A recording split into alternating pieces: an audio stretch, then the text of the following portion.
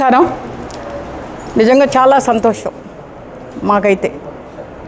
ఎందుకంటే మరి మా ఊళ్ళమ్మ దేవత మన చుట్టుపక్కల గత ఎన్నేళ్ళ నుంచో అందరికీ మన గ్రామ దేవత భీమవరం పట్టణానికి, అలాగే ఎన్నో జిల్లాల నుంచి వచ్చి ఆ అమ్మవారిని దర్శించుకుంటారు. అంత మహిమగల దేవత మా ఊళ్ళమ్మ.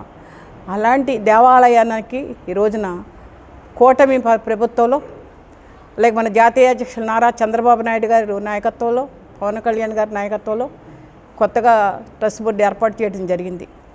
దీనికి మరి చైర్మన్గా బొండాడ నాగభూషణం గారు చాలా మంచి వ్యక్తి.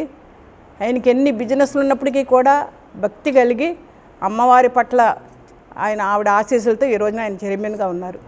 అలాగే ట్రస్ట్ బోర్డు డైరెక్టర్లుగా జనసేన అయితేనేమి, తెలుగుదేశం అయితేనేమి, బీజేపీ అయితేనేమి, కూటమి నాయకత్వంలో దాదాపుగా 12 మందిని, మహిళలే 6 ఉన్నారు ఇక్కడ, మరి జెంట్స్ అవ్వచ్చు, అందరినీ కూడా 13 మందిని చైర్మన్తో సహా 13 మంది మరి మా ఊళ్ళమ్మవారి దేవస్థానానికి కమిటీ సభ్యులుగా ఎన్నుకోవడం జరిగింది.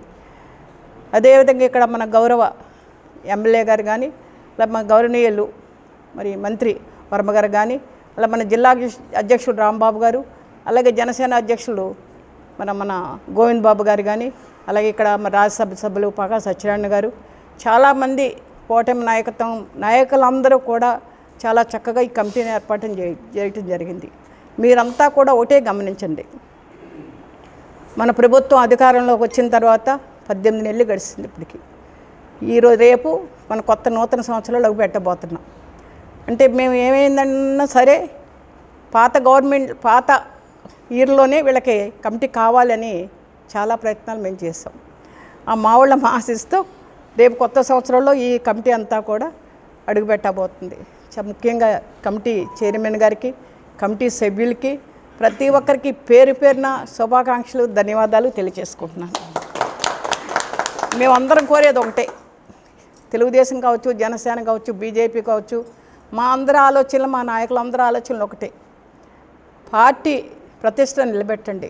భక్తి భావంతో గడిచిన 5 ఏళ్ళు వైఎస్ఆర్ పాలనలో ప్రతి దేవాలయం కానీ, ప్రతి అంశం కానీ ఎలా ఉందో మనందరే తెలుసు. ఇప్పుడు అది మీరు అందరూ కూడా గమనించండి.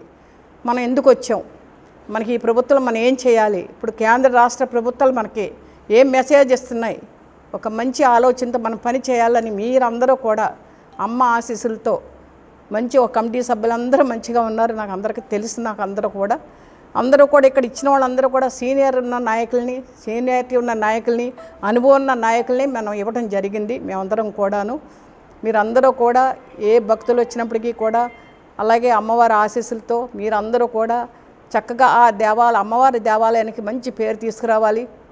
మీ నాయకత్వంలో మీ అందరం కోరుకుంటున్నాం. అలాగే ఇక్కడ మన కష్టకాలంలో టౌన్లో ప్రెసిడెంట్గా వచ్చి ఎవ్వరు ముందుకు రాని టైంలో మన పట్టణ అధ్యక్షులుగా చేసిన ఆయనకు కూడా మన రాజుగారికి, సుబ్రహ్మణ్య రాజు గారికి కూడా ఇందులో అవకాశం రావడం జరిగింది. అలాగే ప్రతి ఒక్కళ్ళు కూడా ఒక్కొక్క కష్టకాలంలో పనిచేసిన వాళ్ళు ఇక్కడ ఉన్న వాళ్ళందరూ కూడా మనకు తెలిసి, జనసేన కావచ్చు, తెలుగుదేశం కావచ్చు, అందరూ కూడా కష్టపడ్డ వాళ్ళకే అమ్మ ఆశీస్సులు ఉన్నాయి. ఈ రోజున నేను మనస్ఫూర్తిగా కోరుకుంటూ రేపు కొత్త సంవత్సరం మనం అడుగు పెడుతున్నాం. అందరికీ కూడా మరొకసారి ధన్యవాదాలు తెలియజేసుకుంటూ సెలవు తీసుకుంటాం.